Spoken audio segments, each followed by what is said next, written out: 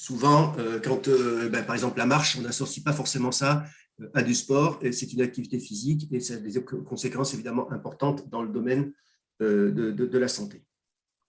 Alors, donc cette mission sport, en fait, elle couvre d'une part le GDR, donc sport et activité physique, et elle concerne également un PPR qui est un petit peu aussi à l'origine donc un programme prioritaire de recherche qui a été lancé, je dirais, dans le cadre de la préparation des Jeux Olympiques de Paris 2024 et qui est un petit peu, je dirais, aussi du coup le sous-bassement de ce groupe de travail sur les capteurs qui est en fait pour l'instant focalisé sur les capteurs dans le sport de haut niveau, mais j'espère qu'il aura l'occasion de s'élargir et on pourra peut-être revenir sur ce point-là un peu plus tard. Et donc, d'une manière générale, en fait, ça concerne toutes les animations scientifiques qu'il peut y avoir en lien avec le sport et l'activité physique, parce qu'il y a en ce moment beaucoup de choses, compte tenu de l'actualité olympique, qui sont en train de se passer ou de se lancer pour les années prochaines. Alors bon, vous avez, je ne vais pas revenir là-dessus, c'est l'organisation classique d'un GDR avec un directeur adjoint, un comité scientifique et un comité stratégique qui rassemble, je dirais, différents organismes parce que le milieu du sport touche évidemment le ministère de l'Enseignement supérieur, mais ça concerne aussi le ministère des Sports, qui est maintenant rattaché à l'Éducation nationale. Ça concerne évidemment l'Éducation nationale avec toutes les problématiques liées à la formation, à l'éducation, à la santé. Et puis ça concerne évidemment tous les organismes de recherche, qui peuvent être bien sûr le CNRS, l'INRIA, le CEA pour des aspects, je dirais justement, modélisation, capteurs, etc. Et donc, on a eu l'INSERM, bien sûr, pour les dimensions santé. Et c'est pour ça qu'on a ce comité stratégique qui vise un petit peu à regrouper l'ensemble des acteurs de la communauté. Alors, je dirais les objectifs de ce GDR, ils sont un petit peu classiques. Hein, c'est à la fois fédérer la communauté, c'est catalyser, c'est-à-dire soutenir des initiatives, etc. Et en particulier ouvrir, je dirais, sur d'autres communautés. Et c'est pour ça que j'ai bien volontiers accepté l'invitation d'aujourd'hui. Et puis, c'est d'accompagner des initiatives diverses et variées chaque fois qu'elles se présentent. Alors, le GDR est finalement, je dirais, l'architecture générale de l'ensemble de la mission. Elle est organisée autour de 4 grands domaines. L'un qui concerne donc tous les facteurs humains de la performance. Et quand je dis performance, c'est dans l'optique, pas forcément performance sportive ou performance de haut niveau, mais tout ce qui contribue au fait qu'un sujet est plus ou moins efficace en termes de motricité. Et donc, par exemple, eh bien, un handicapé peut être confronté à des problèmes de performance dans le sens où son objectif, c'est d'améliorer son autonomie et de pouvoir être plus efficace et en même temps en dépensant le moins d'énergie possible. Le deuxième grand thème, c'est évidemment un point important qui est celui de toute la problématique liée à la modélisation, donc intelligence artificielle, analyse de données, évidemment les matériaux, l'instrumentation et donc bien sûr les objets connectés rentrent dans cette catégorie, dans ces thématiques-là.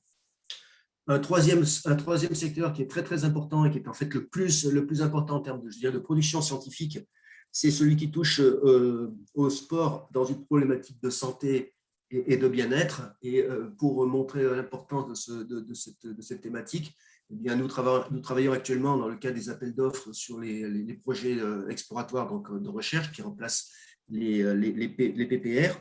Eh bien, on est en train de lancer, on n'a pas encore les réponses, hein, ça n'a pas encore été sélectionné, mais on est en train de lancer un grand programme sport santé qui devrait, je dirais, structurer les choses pour les prochaines années si c'est retenu. Et puis, donc, le dernier axe de travail, c'est celui qui est plutôt, je dirais, autour des sciences humaines et sociales et qui concerne en fait les enjeux sociétaux, mais également des aspects liés à l'environnement, à l'aménagement du territoire, à comment est-ce que la pratique sportive impacte, par exemple, l'environnement, la surfréquentation, les problèmes d'accès au milieu naturel, avec à la fois des aspects de protection de l'environnement, mais également des aspects de protection des individus, parce que eh bien, la surfréquentation contribue je dirais, à une augmentation, par exemple, de l'accidentologie. Et donc, il y a tout un ensemble de réflexions à avoir dans ce domaine-là. Et puis, bien sûr, tout ce qui touche les politiques publiques en termes d'aménagement du territoire pour favoriser la pratique du sport, la pratique de l'activité physique, dans toutes ces dimensions et, je dirais, à destination de tous les types de populations. Donc, ça, par exemple, ça rejoint toutes les problématiques liées au sport tout au long de la vie. Et puis, donc, il y a les thématiques transverses, parce que finalement, on peut les retrouver à travers, je dirais, plusieurs de ces axes horizontaux, et en particulier, mais la liste n'est pas fermée, eh bien, il y a bien sûr la problématique du handicap, qui est un élément important. Il y a la problématique de l'âge, que je viens d'évoquer, donc pratiquer du sport et de l'activité physique à tous les âges de la vie. Et puis la problématique du genre, parce qu'il y a aussi bien sûr des spécificités hommes-femmes qu'il faut essayer de prendre en compte et qui ne sont pas toujours très bien considérées. Alors simplement pour que vous ayez un petit peu une idée du périmètre du GDR, aujourd'hui c'est 1300, 1400 chercheurs, dont une grande partie sont regroupés dans des équipes d'accueil, environ 350 chercheurs qui sont dans des UMR CNRS, c'est-à-dire en gros une cinquantaine de labos, et puis une petite minorité qui est dans des laboratoires INSERM ou dans des équipes INRIA ou du CEA. Donc ça, c'est pour, je dirais, le périmètre. Donc en gros, c'est ça, 1400 chercheurs et 150 laboratoires environ qui sont concernés plus ou moins par ces problématiques liées au sport et à l'activité physique. En termes de champ disciplinaire, alors évidemment, les découpages sont toujours approximatifs, mais ça permet quand même d'avoir une vision à peu près globale des choses.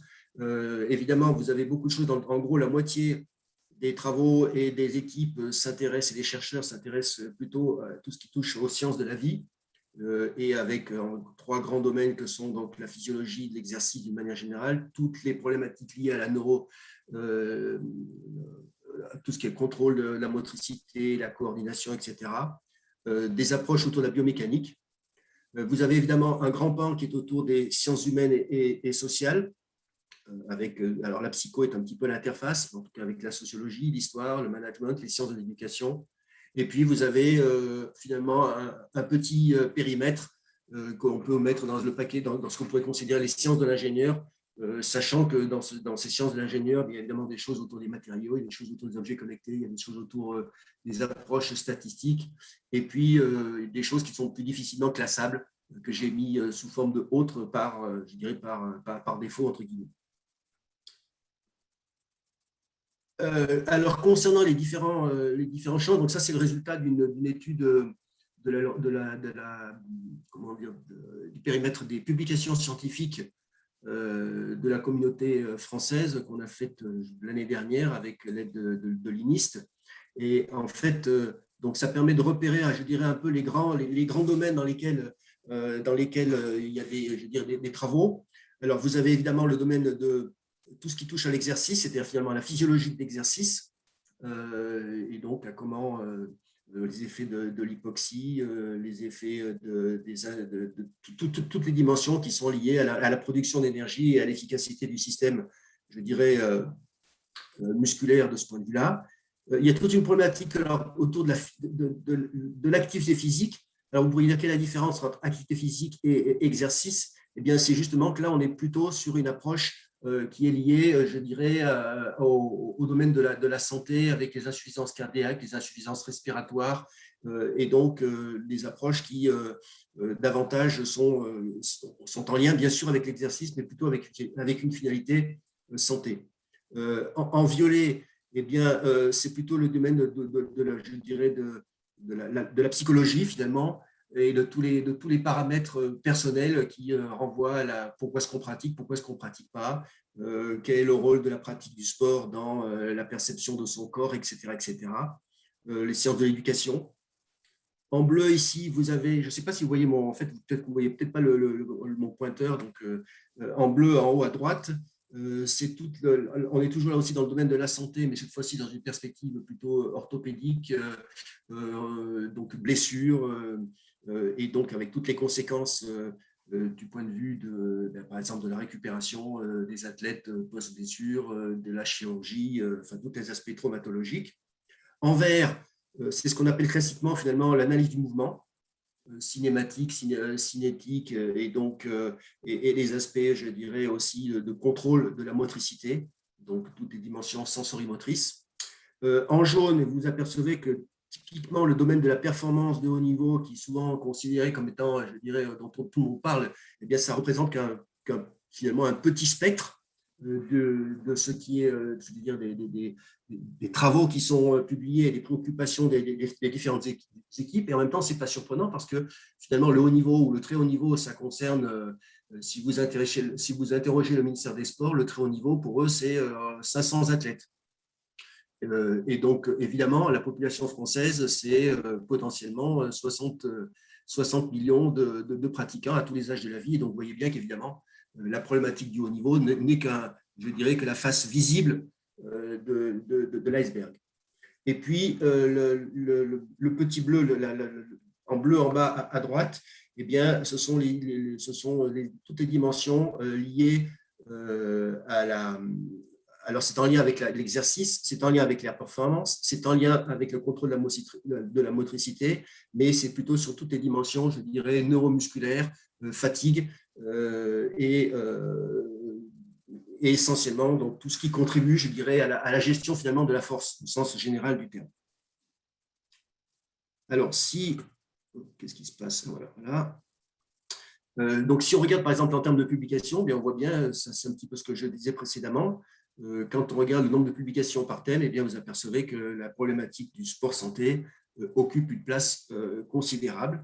Et du coup, si par exemple on replace ça dans le cadre des objets connectés, bien, il est évident que je dirais, les enjeux en termes d'objets connectés en lien avec le sport et avec l'activité physique sont finalement beaucoup plus importants du point de vue de la santé, du point de vue de comment suivre des patients et comment faire en sorte que eh bien, les gens, je dirais, pratiquent de manière régulière, parce qu'on se rend compte aujourd'hui que eh bien, cette pratique physique est un facteur important pour lutter contre l'obésité, pour lutter contre les insuffisances cardiaques, pour lutter contre les insuffisances respiratoires, pour vieillir mieux et plus longtemps, etc., etc.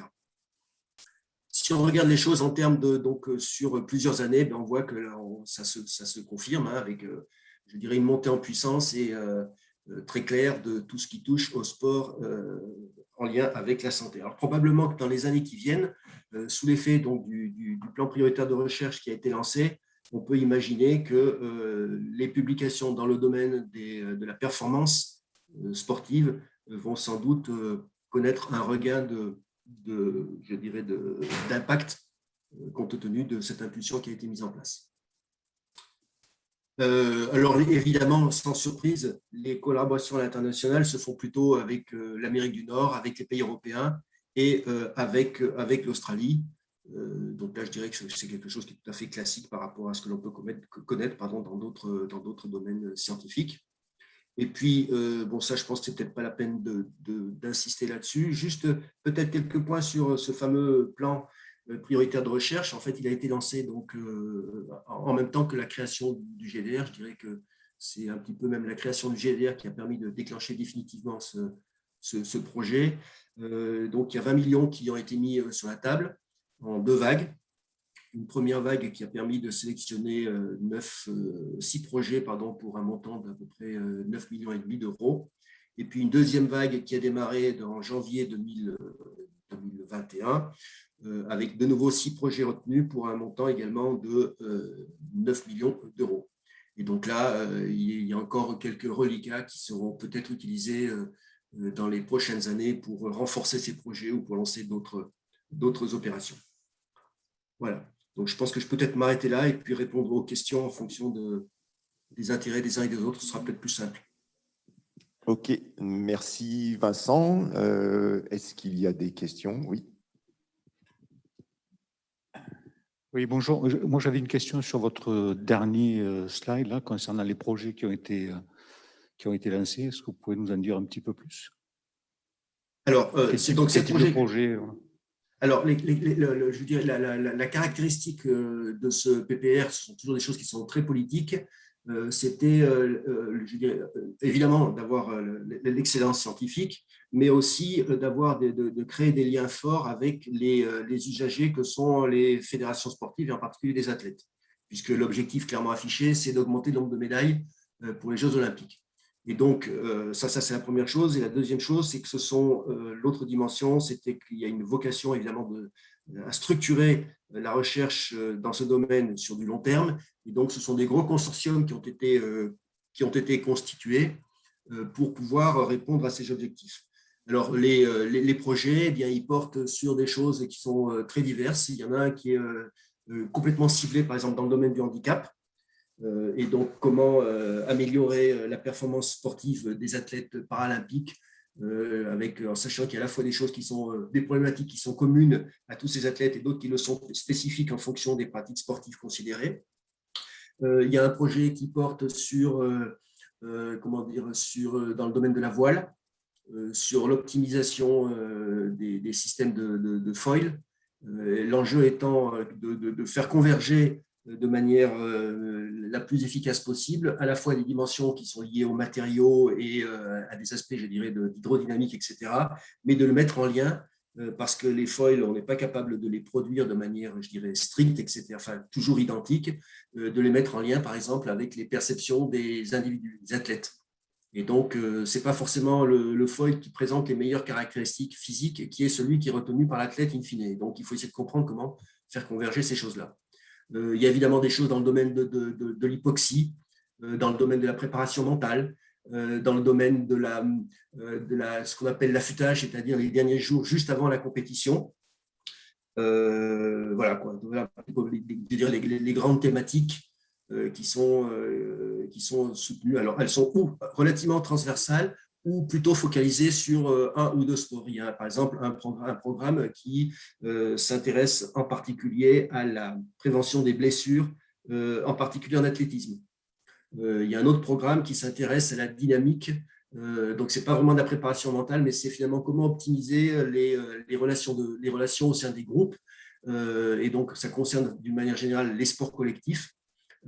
Et là-dedans, il y a à la fois des dimensions de préparation individuelle, mais il y a aussi des dimensions de comprendre ces dynamiques de groupe en dehors et sur le terrain. Et donc, ça suppose par exemple l'utilisation de l'analyse vidéo pour pouvoir mieux comprendre comment ces dynamiques de groupe se construisent. Ok, merci Vincent. Une autre question? Alors, j'ai pas regardé sur le... Est-ce qu'il y a pas de questions sur le... Okay. Alors, moi j'en avais une, mais peut-être qu'il va déborder un petit peu sur la présentation de Franck. J'imagine que vous avez des plateformes sur lesquelles des athlètes viennent pratiquer leurs gestes de façon à les analyser. Alors, je ne sais pas si c'est des choses dont tu vas parler, Franck, juste après. Mais non, ok. Donc, Vincent, est-ce que vous avez ce genre de choses?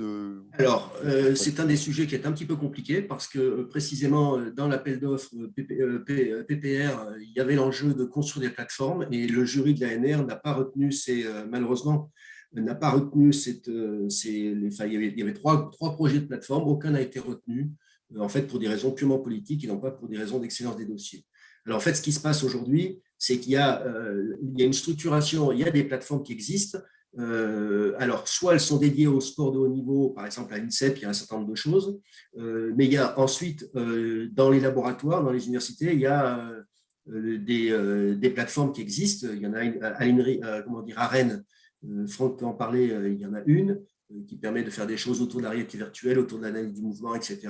Il y en a une à Marseille. Enfin, je veux dire, il y a plusieurs endroits. Il y en a une qui est en train de se monter entre Grenoble, Marseille et Bordeaux pour, en particulier, injecter de l'intelligence artificielle dans l'analyse des données. Donc, des plateformes, il en existe plusieurs. Il y en a une à Poitiers, dans le domaine de la biomécanique et de la physiologie d'exercice, mais elles ne sont pas fléchées explicitement vers le sport de haut niveau. Sauf que dans le périmètre, on va dire, régional de ces différentes plateformes, évidemment qu'il y a des athlètes de haut niveau et qui font que, naturellement, eh bien, il y a des expérimentations qui sont conduites avec eux régulièrement sur ces sites-là.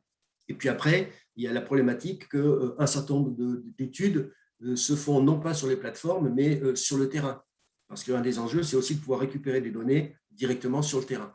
Et donc là, évidemment, la question de la plateforme, c'est plutôt de se déplacer vers les athlètes que l'inverse. Ok,